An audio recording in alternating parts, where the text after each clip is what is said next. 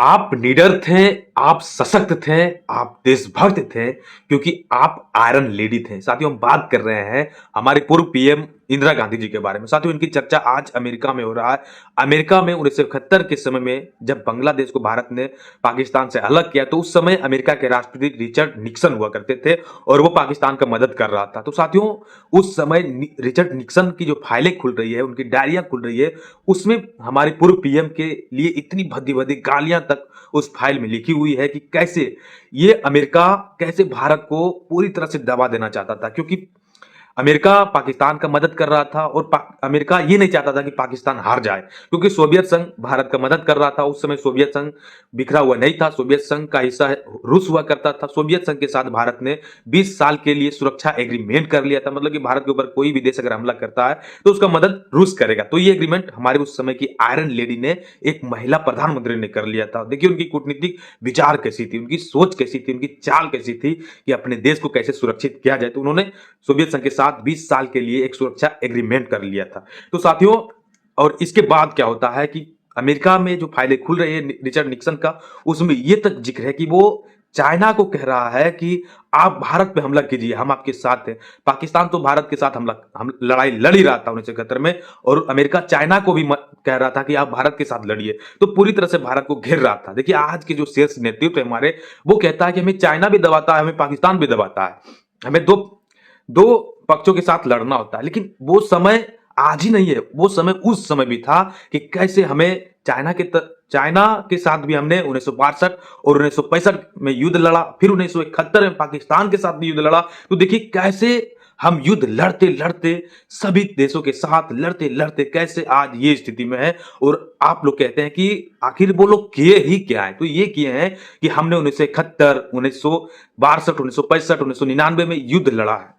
और युद्ध लड़ने वाला देश कहीं ना कहीं वो स्थिति में नहीं होता है जो आप सोच रहे हैं। तो हमारी मजबूती को दुनिया ने देखा है, और वो शीर्ष नेतृत्व ने हमें ये मौका दिया है, हमारे इतिहास में ये दर्ज करवाया है। तो ये इतिहास ये है कि पाकिस्तान ने 1971 के युद्ध में 93,000 सैनिकों को भारत के सामने सरेंडर किया है। और प्रथम विश्व युद्ध के बाद ये दूसरा ऐसा युद्ध है जिसमें इतनी बड़ी संख्या में कोई सेना, किसी भी देश की सेना भारत के सामने सरेंडर किया है। तो ये इतनी ताकत हमारी उस समय की आयरन लेडी के पास थी।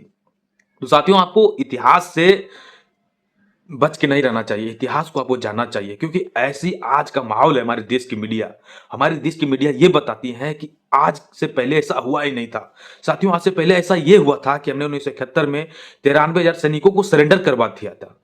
आज से पहले ये हुआ था कि हमने अमेरिका को अपनी धरती पे आने से पहले उसे रास्ते में ही उसे रोक दिया था।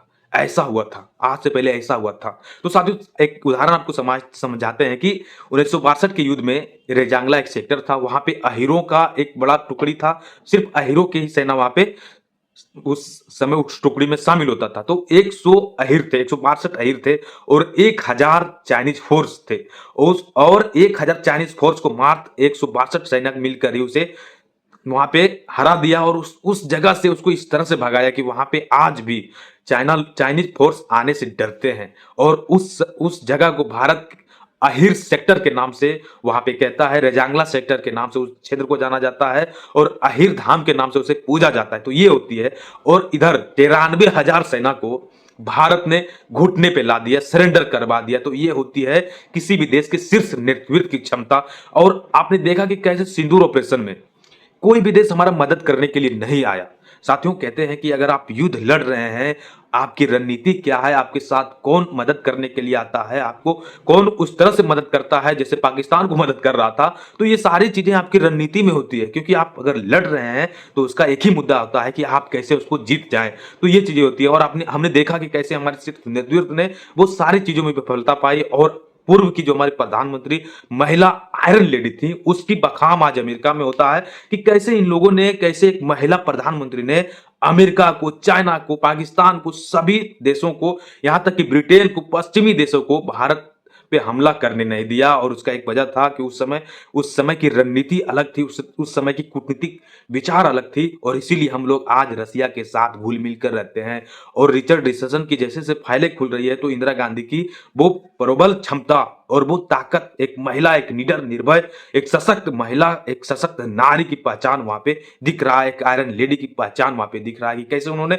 अपने देश पे हमला होने से बचा लिया और सोवियत संघ के साथ जो समझौता किया था, वो तय समय पे समझौता किया था और तय समय पे भारत ने उसका इस्तेमाल कर लिया। ये होती है रणनीति। तो इसकी ताकत आज के समय में हमें इतिहास के रूप में उसको जानना चाहिए, क्योंकि आपको इतिहास कोई बताता नहीं है।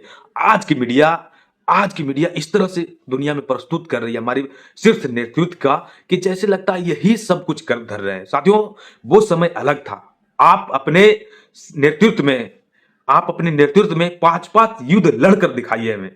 और वो युद्ध ऐसा वैसा नहीं, आप चाइना के साथ युद्ध लड़के दिखाइए। चाइना के साथ भारत ने 1962 1965 में लंबी लड़ाइयां लड़ी हैं।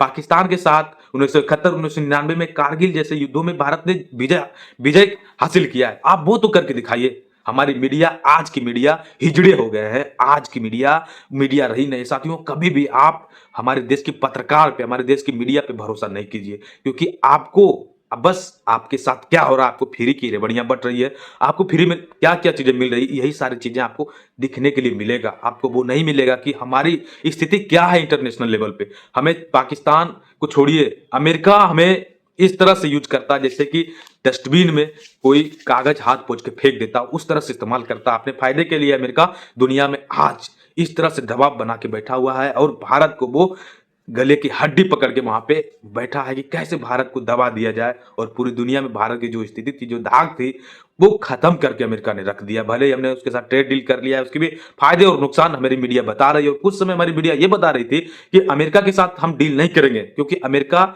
हमसे ज्यादा मुनाफा कमाना चाहता है। लेकिन आज वही मीडिया वो फायदे गिना रही है। तो आप ये समझिए, आप देश के लिए सोचिए और उस समय से सत्ता परिवर्तन कीजिए। साथियों, कहते हैं कि किसी भी देश में अगर सत्ता परिवर्तन नहीं हो रहा है, एक पॉलिटिकल माइंड के साथ आप आइए और देश में सत्ता परिवर्तन कीजिए, क्योंकि भारत दुनिया का सबसे बड़ा लोकतांत्रिक देश है और लोकतांत्रिक देश में अगर सत्ता परिवर्तन नहीं हो रहा है तो वो देश विकास नहीं करेगा। ये आपको समझना होगा। साथियों, जय हिंद। बने रहिए मेरे साथ इसी तरह के इंटरनेशनल यूनिक खबरों के साथ। जय Hind. Thank you for watching video.